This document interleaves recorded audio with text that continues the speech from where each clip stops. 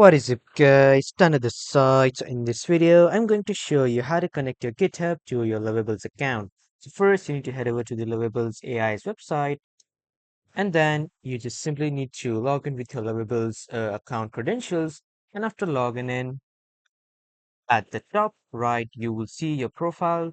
Click on that and then you just simply need to click on settings. After clicking on settings, a pop-up will appear. So from here on the left side under the integration section, you have your GitHub. Click on that and then you just click on connect GitHub.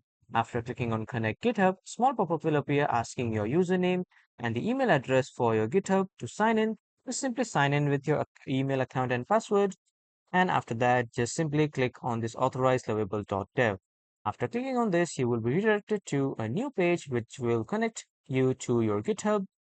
And after that, as you can see, your GitHub account has been authorized and connected to your Lovables account.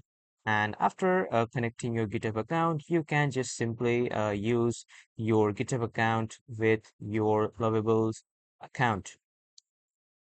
So this was a beginner's friendly tutorial on how to connect your Lovable AI's website to your GitHub. And that was all for this video, everyone. Thank you for watching.